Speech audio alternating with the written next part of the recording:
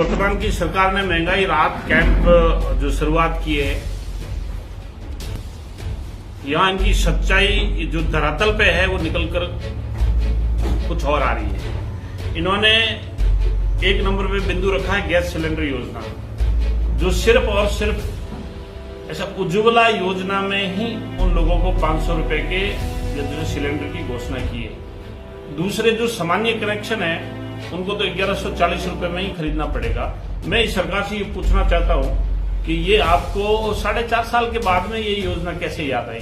4.5 साल तक आप ऐसा कहाँ थे ये दूसरा राहत देने वाले? दूसरा, इन्होंने ये मुख्यमंत्री निःशुल्क बिजली योजना के बारे में बताया है कि 100 यूनिट हम आपको ये फ्री देंगे। इसके बारे में भी मेरा ये सरकार से ये सवाल है कि आप ऐसा 4.5 साल तक कहाँ थे ये घोषणा करने वाले? 4.5 साल तक तो पूरी राजस्थान की जनता को लूटा है आपने, और अब आप ऐसा राहत कैंप देने के लिए आए। तीसरा एक बिंदु आया है मुख्यमंत्री निःशुल्क बिजली योजना का, जो कृषि कनेक्शन के ऊपर। तो जो हमारी पिछली जो सरकार थी जैसे माननीय अपने वसुंधरा जी के नेतृत्व में, तो 833 रुपए प्रत्येक जैसे कृषि बिजली कनेक्शन के ऊपर एक ऐसा सब्सिडी दी जा रही थी, वो आपने ये जो सब बंद रखी है। और इसके बाद में अब आपको 4.5 साल के बाद में किसान याद आए। मैं इस ऐसा वर्तमान सरकार से ये पूछना चाहता हूँ कि आपके ये जो पूर्ववर्ती राष्ट्रीय अध्यक्ष ये जो राहुल गांधी जी ने संपूर्ण किसानों के कर्जा माफी की आपने घोषणा की थी, वो तो अब तक हुए नहीं। ओसिया विधानसभा क्षेत्र के अंदर लगभग 10 से 15 किसानों ने आत्महत्या की है, सिर्फ और सिर्फ आपके राहुल गांधी जी की घोषणा के अनुसार। उन किसानों ने भरोसा कर लिया, विश्वास कर लिया, और आज दिन तक उनका संपूर्ण कर्जा माफ नहीं हुआ। आपकी ये जो चौथी योजना है मुख्यमंत्री निःशुल्क अन्न फूड आपकी पैकेट योजना। मैं इस ये जो सरकार से यही मेरा क्वेश्चन है कि आप ऐसा 4.5 साल तक ये काम क्यों नहीं किया? अभी आपको ये अन्न पूर्ण फूड पैकेट क्यों याद आ रहे? आपकी 5वीं है महात्मा गांधी नरेगा ग्रामीण रोजगार गारंटी योजना। ये आपको पता है कि ये केंद्र सरकार की योजना है, लेकिन कोरोना काल के अंदर आपका 2 से 3 साल तक जब कोई भी ग्रामीण आपकी सरकारी गाइडलाइन के अनुसार काम करने के लिए नहीं जा रहे थे, तो आपको 100 दिनों के बजाय इसको 200 दिन करने चाहिए थे, जिससे पीछे बैकलॉग आपका ये ठीक हो सकता है, आम आदमी को ये राहत मिल सकती थी। लेकिन उसकी तरफ आपने कोई ध्यान ये नहीं दिया। एक आपने सामाजिक ये सुरक्षा पेंशन ये योजना जो 500 रुपए से बढ़ाकर आपने 1000 रुपए की। मैं इस सरकार से यही मेरा सवाल है कि आपको ये चीज 4.5 साल के बाद में जब आपकी सरकार जाने लगी है, और ये तय है कि वर्तमान की सरकार सिर्फ एक बोलेरो गाड़ी में बैठ के इनके एमएलए आएंगे, इनकी सरकार जाना तय है। इसीलिए ये इन्होंने जाते जाते अपनी सरकार की विदाई के समय ये घोषणा की, जिससे आने वाली सरकार के ऊपर ये भार पड़ेगा।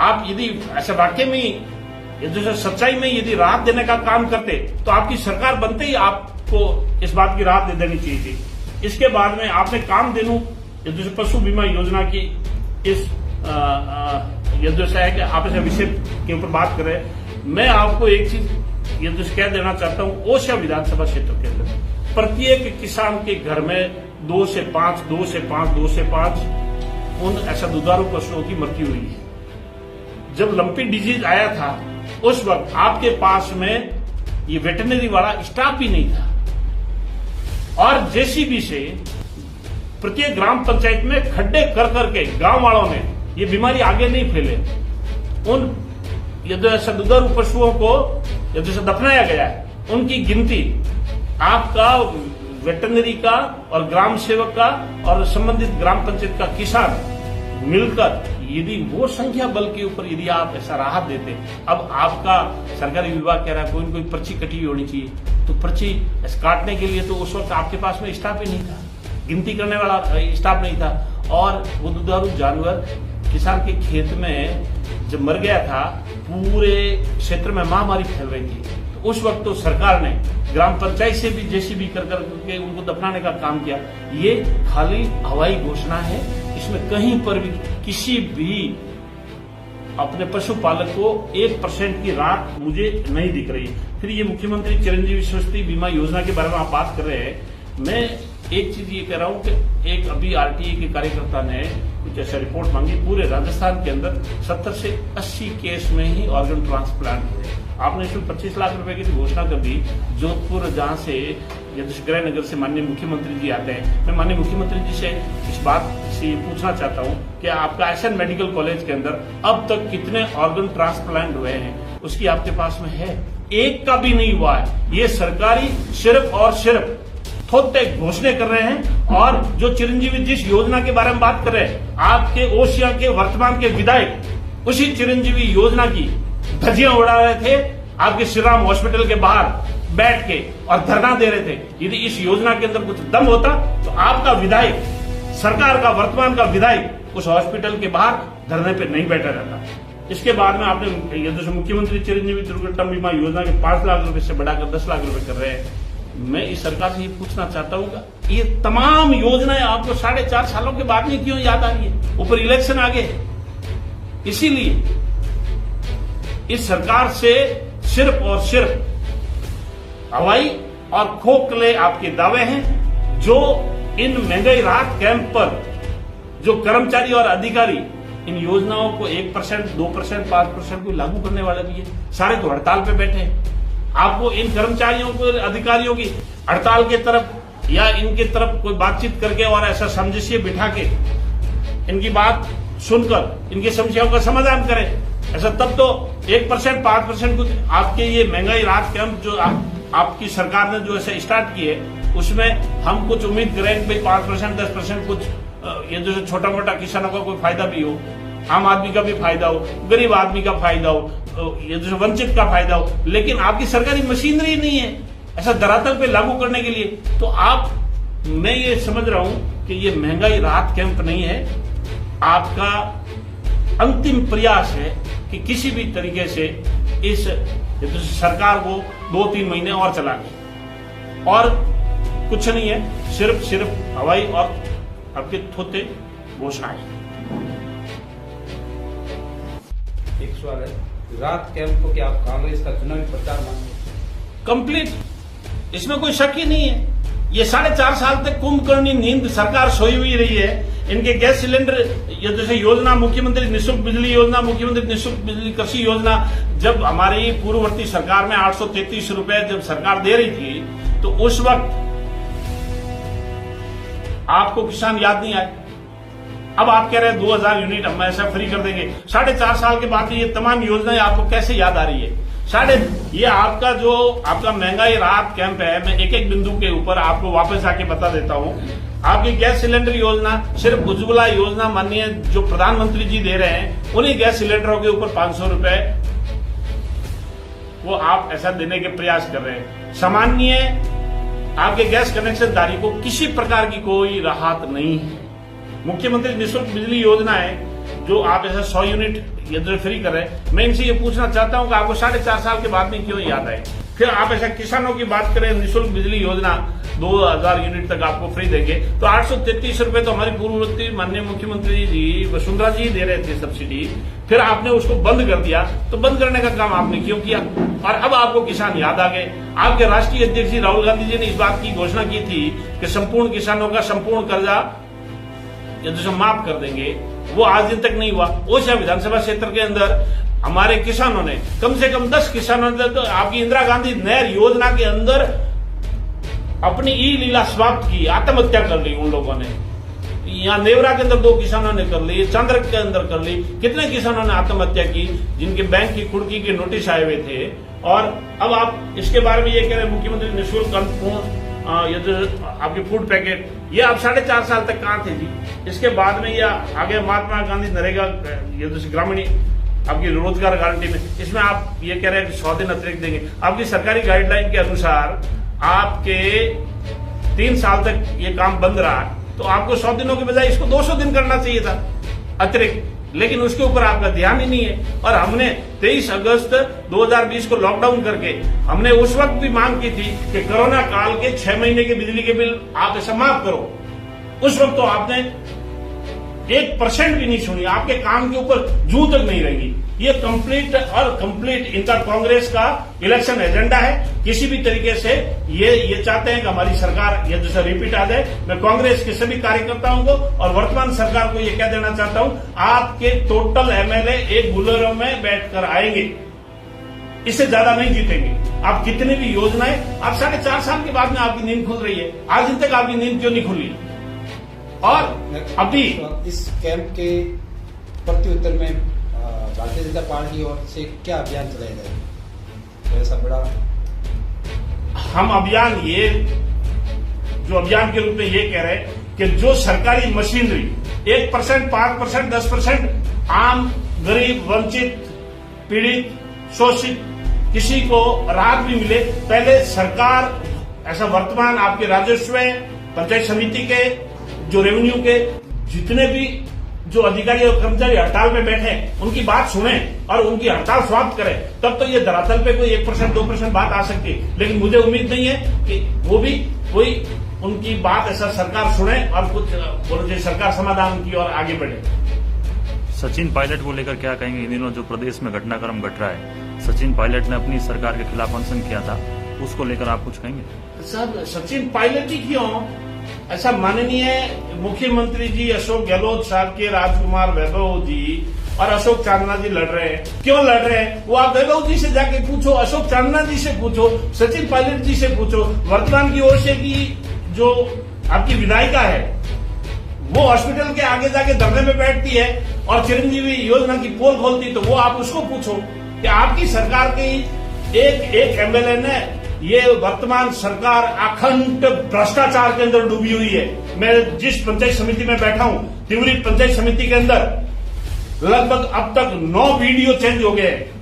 ओसिया के अंदर 9 वीडियो चेंज हो गए, बावड़ी के अंदर 9 वीडियो चेंज हो गए। यहाँ एक भी वीडियो काम नहीं करना चाहता। पेपर लीक का प्रकरण जो चल रहा है इन दिनों, आरपीएससी के सदस्य की भी गिरफ्तारी हुई है, तो युवा लगातार तैयारी करे लेकिन उनके हाथ में निराशा आ रही है। इसको लेकर आप किस प्रकार से देखते हैं? मैंने कहा ना भाई साहब, भ्रष्टाचार से आपके सर के ऊपर के बाल से लेके अंगुली के नाखून तक ये पूरी सरकार अखंड भ्रष्टाचार के अंदर डूबी हुई है। चाहे वो कोई सा भी डिपार्टमेंट हो, कोई सा भी सरकारी डिपार्टमेंट हो, आरपीएससी वाले जो पकड़े गए इन्हीं के मेंबर बनाए हुए और इन्होंने पेपर लीक किए। सर, तीनों पंचायत समिति तिवरी, बावड़ी और ओसिया में प्रधान बीजेपी बोर्ड के चुने हैं और वहाँ पर देखा जा रहा है कि प्रधान और वीडियो के बीच मतभेद, तो इसको लेकर आप क्या कमजोरी मानते हैं? कोई एमएलए इस तरह से दबाव है या फिर लोकल राजनीति में कहीं कहीं बीजेपी क्यों कर रही है? वर्तमान विधायक महोदय और वर्तमान जिला प्रमुख महोदय दोनों को ओसिया का विकास पसंद नहीं है। वो किसी भी स्तर से पिछले कार्यकाल 2013 से 18 को एक तराजू में डाल ले और वर्तमान का 4.5 साल एक तराजू में डाल दे। मैं तो यहां तक कहूंगा कि आप तीसरी पीढ़ी से नेतृत्व करते हुए आ रहे हैं। 1952 से लेकर आज तक ओसिया में क्या विकास हुआ है? केंद्रीय विद्यालय बैराराम सियोल लेके आया, महाविद्यालय पीजी बैराराम सियोल लेके आया, मंडी बैराराम सियोल लेके आया, 750 किलोमीटर सड़कों का जाल बैराराम सियोल लेकर आया, 750 नए नलकूप बैराराम सियोल ने। आज पेयजल की व्यवस्था प्रत्येक ग्राम पंचायत के अंदर जेजेवाई और पीएचडी की ट्यूबवेल सारी खराब पड़ी है। आपने ग्राम पंचायतों के अधिकार छीन लिए, एक उसमें स्टार्टर या केबल तक नहीं या दूसरा लगा सकता और आपका पीएचडी डिपार्टमेंट उसके ऊपर ध्यान नहीं दे रहा है। और ऐसे कॉलेज के अंदर जब मैं 2018 में चुनाव आ रहा था, 23 में से 21 लेक्चरर पोस्टेड थे। आज कॉलेज की हालत जाके देखो, ऐसा वहां पर सिर्फ 4 लेक्चरर है।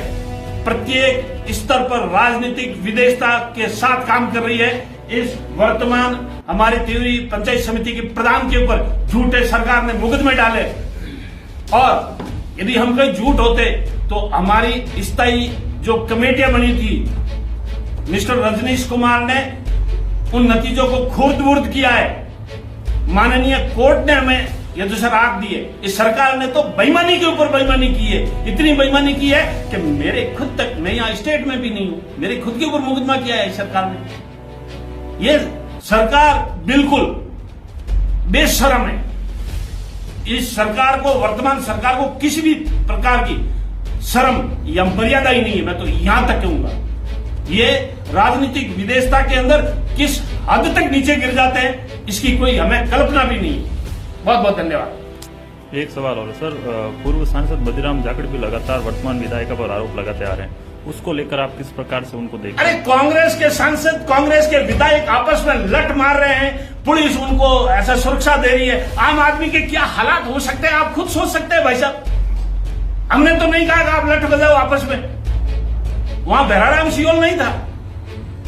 आप हार रहे हो, आप जीत रहे हो, आपके ऊपर लट बज रहा है, आप सुरक्षित नहीं हो, आपकी जान को खतरा, किन से खतरा है? आम आदमी से खतरा है।